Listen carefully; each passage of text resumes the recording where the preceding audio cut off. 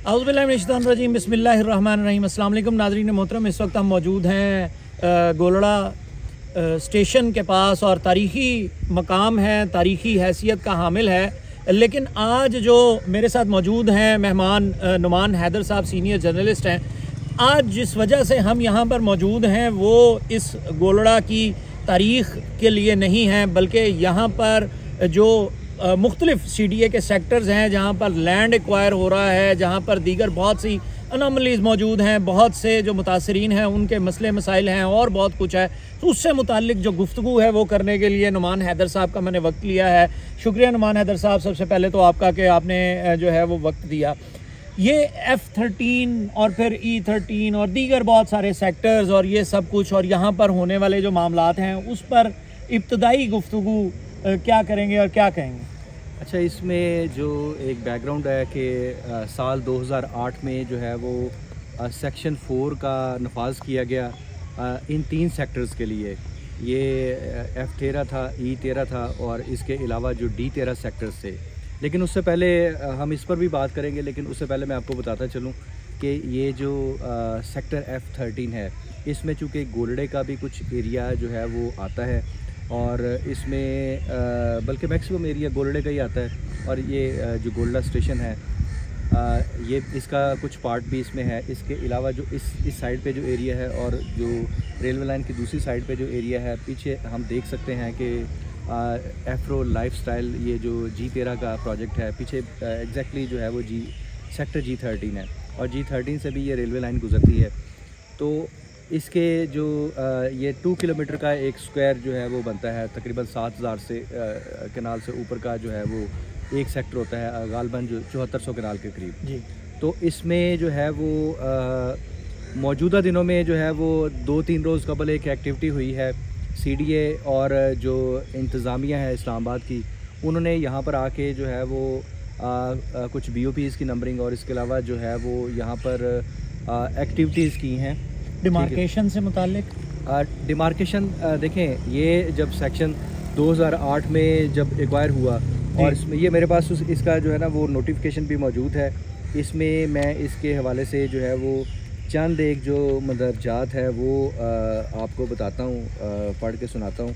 इसमें जो ख़ुसूसी तौर पे जो ये वाला इलाका था, इसमें 8,20,000 रुपया जो है ना वो रेट जो है वो उस वक्त तय हुआ था, उस वक्त। ठीक है, ये 2008 की बात कर रहे हैं जी। ठीक। अच्छा, इसमें टोटल जो ये 8 मौज़ाजात पर जो है वो जो सेक्शन 4 है उसका नफाज किया गया था।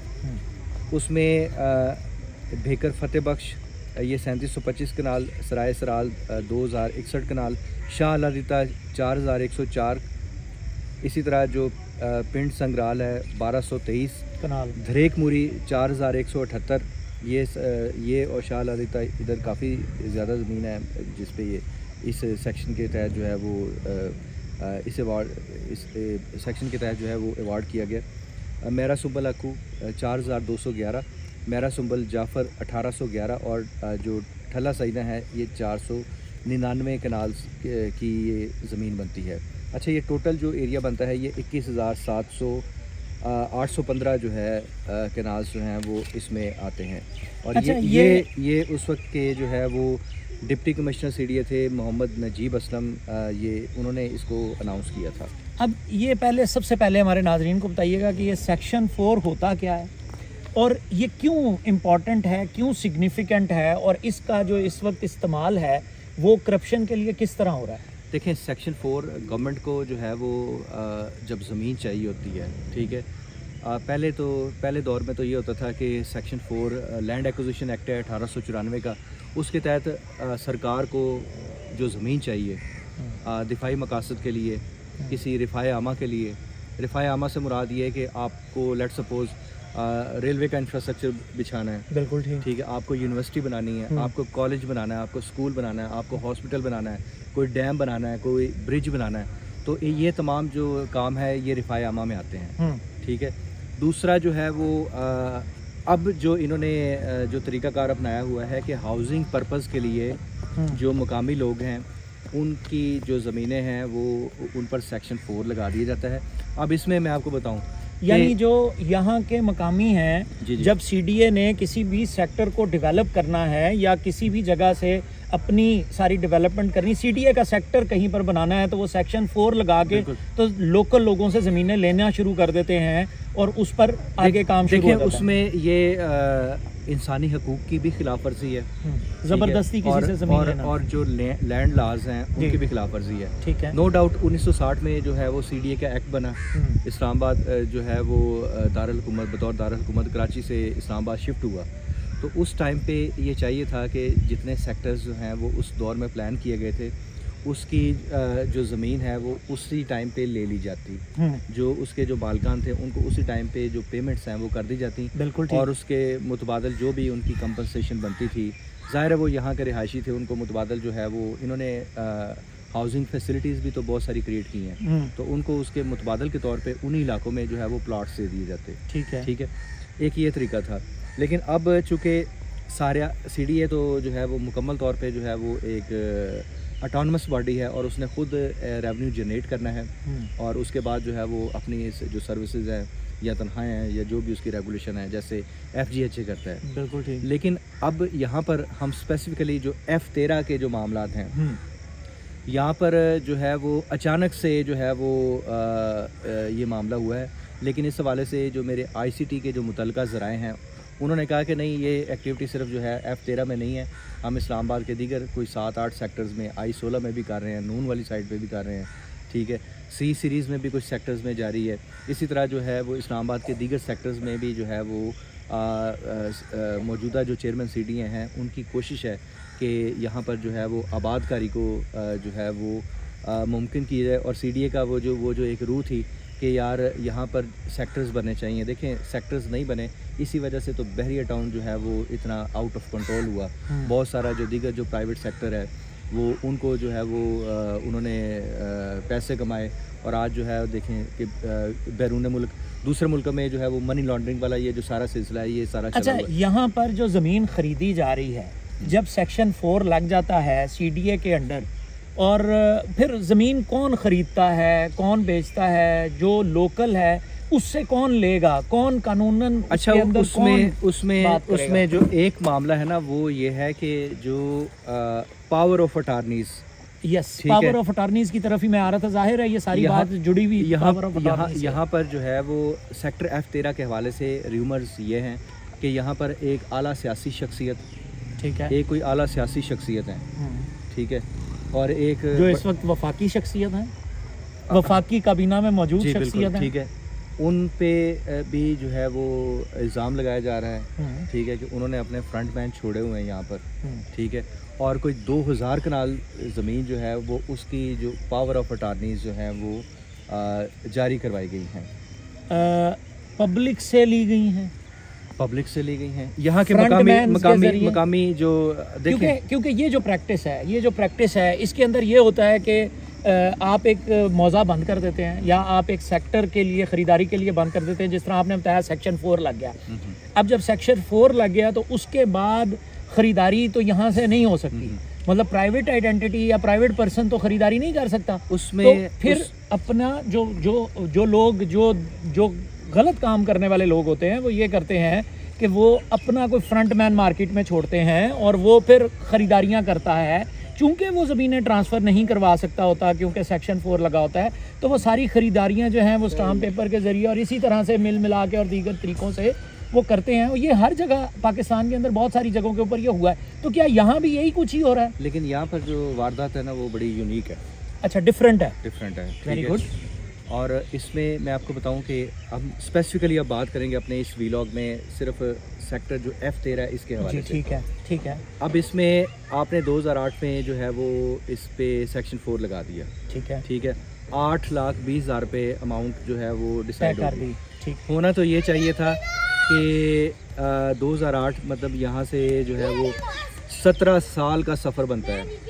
17 साल जो है वो सरकारी इदारों को याद नहीं आया, ठीक है, और अचानक से 2025 में प्रायोरिटी बन गई गवर्नमेंट की, वफाकी गवर्नमेंट की या कैपिटल डेवलपमेंट अथॉरिटी की कि इन सेक्टर्स को जो है वो इनकी ज़मीनें जो है वो हमने उनका कब्ज़ा लेना है ठीक है, और उस हवाले से उन्होंने BOPs जो है वो उनकी नंबरिंग शुरू कर दी, ठीक है। अच्छा मेरी बात सुनिएगा, इसमें ये जो मामला है ना 2008 से लेके 2025 तक 17 साल के दौरान मसलन आप हैं लैंड ऑनर, ठीक है, या XYZ कोई भी है, ठीक है, इस दौरान उसको आपकी 100-200 कनाल ज़मीन यहाँ पड़ी हुई है, बिल्कुल आपको इस दौरान जो है वो पैसों की ज़रूरत भी पड़ी होगी, जी बिल्कुल, ठीक है। आपने अपनी ज़रूरत के पेश नज़र पावर ऑफ अटार्नी जो है वो आपने वो ज़मीन किसी को दे दी कि यार इसके जब पैसे मिलेंगे या 8 लाख के हिसाब से तो ये आप जो है वो रख लेना, ठीक है, मुझे दे दो, ठीक है, मेरी ज़रूरत है। बहुत सारे तो ये मामला हुए, ठीक है।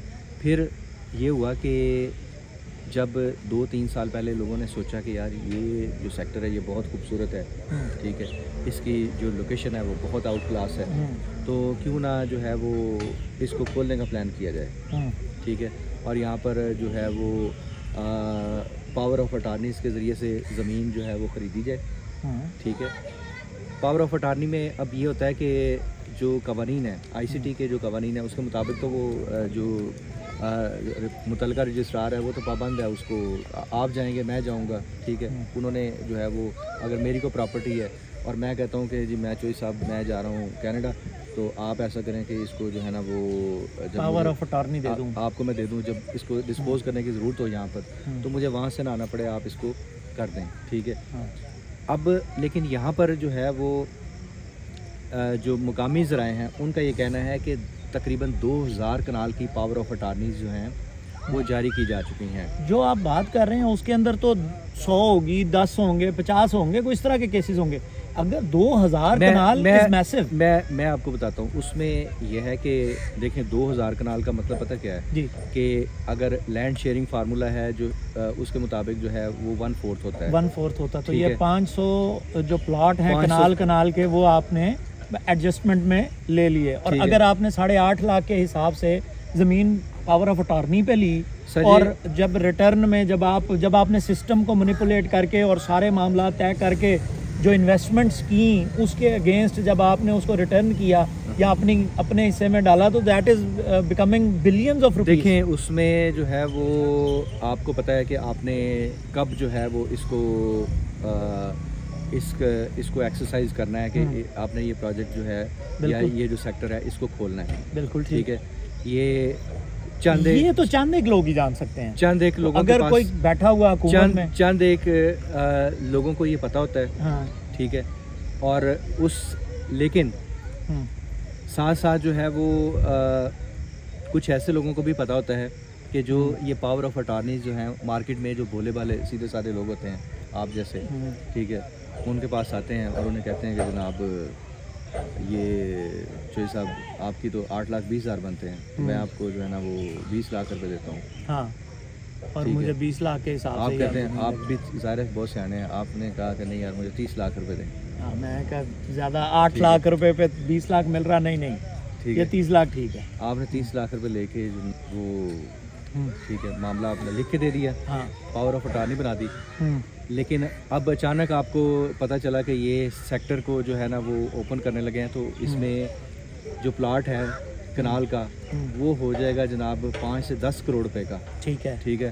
तो आपने जो है वो अपने क्या सोचेंगे, ठीक है, कि आपकी जो चीज़ है जो इन्होंने औने पौने जो है वो हथिया ली, ठीक है, 30 लाख रुपए में, 40 लाख में या 50 लाख में या मैक्सिमम 60 लाख रुपए में, हाँ। तो अब जो है इसकी जो वर्थ है वो कितनी हो गई है, करोड़ों में, ठीक है। तो मुझे बताएं कि ऐसा कौन सा कारोबार है दुनिया में जहाँ पर जो है वो रातों रात आप जो है वो करोड़पति बन जाएं चंद लाख रुपए लगा के इस तरह, ठीक है। 30-40 लाख रुपए की आप इन्वेस्टमेंट करें और उसका जो 10 गुना या 20 गुना ज़्यादा बेनिफिट आपको 1-2 सालों में जो है वो मुमकिन हो जाए। तो ये सारी वारदात है इस सेक्टर को डेवलप करने के हवाले से जो एक रूह है, कानून की रूह है, ठीक है। हम नहीं कहते कि अटॉर्नी गलत है, हम ये कहते हैं कि यार उस अटॉर्नी मतलब किसी ने जो है अगर किसी को अटॉर्नी दी है, ठीक है, तो उसके पीछे भी जो है उसके मनी ट्रेल है उसमें, ठीक है, करोड़ों रुपए की ख़रीदारियाँ हुई हैं। ICT का जो ज़राए हमारे वो कहते हैं कि ये कोई ज़्यादा नहीं है, 100, 110, 120 कनाल या मैक्सिमम 150 कनाल है जिसके जो है पावर ऑफ अटॉर्नी जारी हुए हैं। ये जो फिगर जो ज़ाहिर किए गए हैं 2000 मकामी जो लोग हैं उनकी जानिब से, और इस हवाले से जो है वो पावर ऑफ अटार्नी को जो है वो जो इस्लामाबाद हाई कोर्ट का एक फ़ैसला भी है FGHA के हवाले से, और उसमें मैं उसी तरफ आ रहा था। नाज़रीन मोहतरम, यहाँ पे ट्रेन जो है वो गोलड़ा स्टेशन पे आई है, और चूँकि शोर है, आवाज़ है, तो ब्रेक के बाद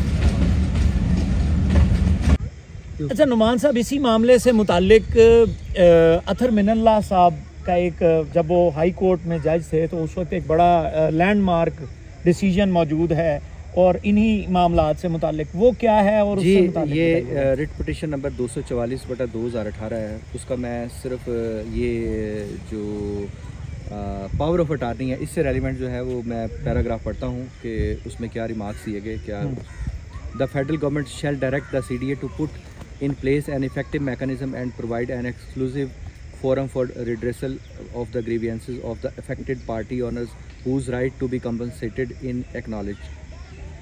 Each will be dealt with fairly, justly and in accordance with the fundamental right guaranteed under Article 14 of the Constitution.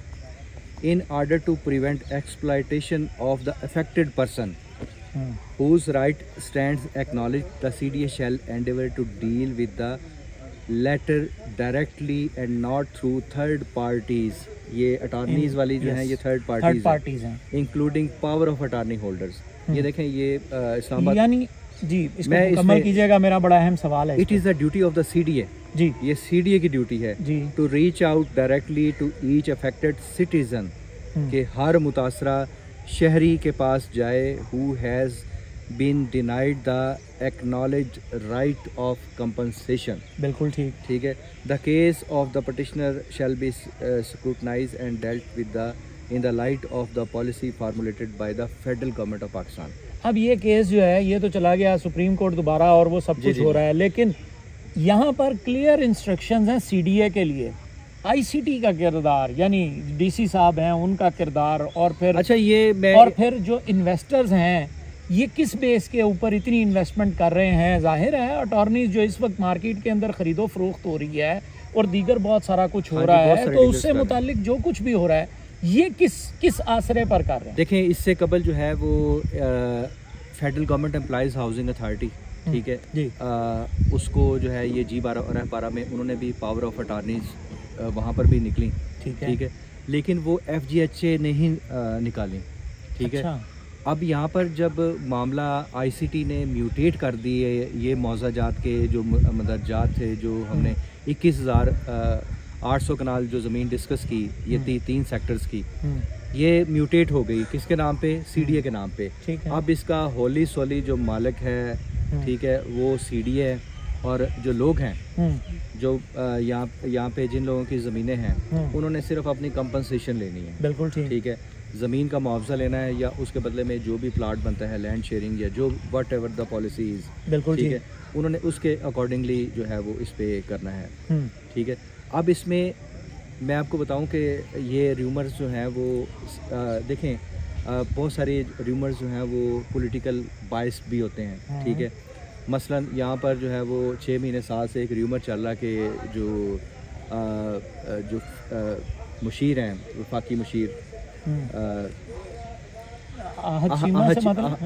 Cheema साहब, ठीक है, उनका नाम लिया जा रहा है कि उनके जो है मुबैना तौर पर जो कहा गया कि उनके फ्रंट मैन है, हालांकि जो है वो उनका इस मामले से जो है वो दूर दूर तक कोई लेना देना नहीं है, ठीक है। और इस हवाले से यकीनी तौर पर जो है वो उनको भी इस अपनी वजाहत देनी चाहिए।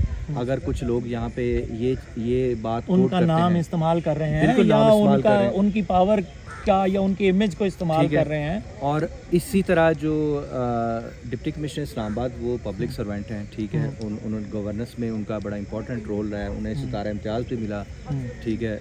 मौजूदा दौर में जो एक मखसूस सियासी जमात की जानिब से जो एक पुरतशद्दुद जो सियासत थी, ठीक है, उसको काउंटर करने के हवाले से और ओवरऑल एक जो है वो माहौल को न्यूट्रलाइज करने के हवाले से उनका एक किरदार है।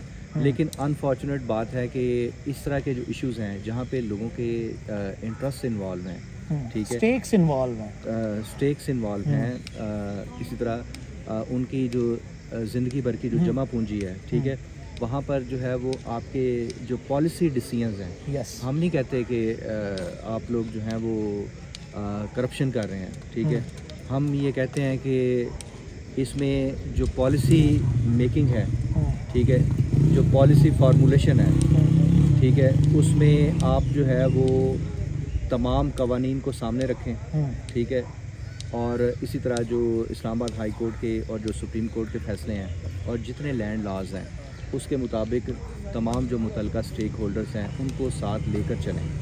तो मेरे ख्याल से ये जो है ये कोई मसला नहीं है। इतना इस्लामाबाद जो है वो इतना खूबसूरत दारुल-हुकूमत है, दुनिया के चंद अच्छे खूबसूरत दारुल-हुकूमतों में से एक है और ऑलरेडी इसके कितने सेक्टर्स डेवलप हुए हैं।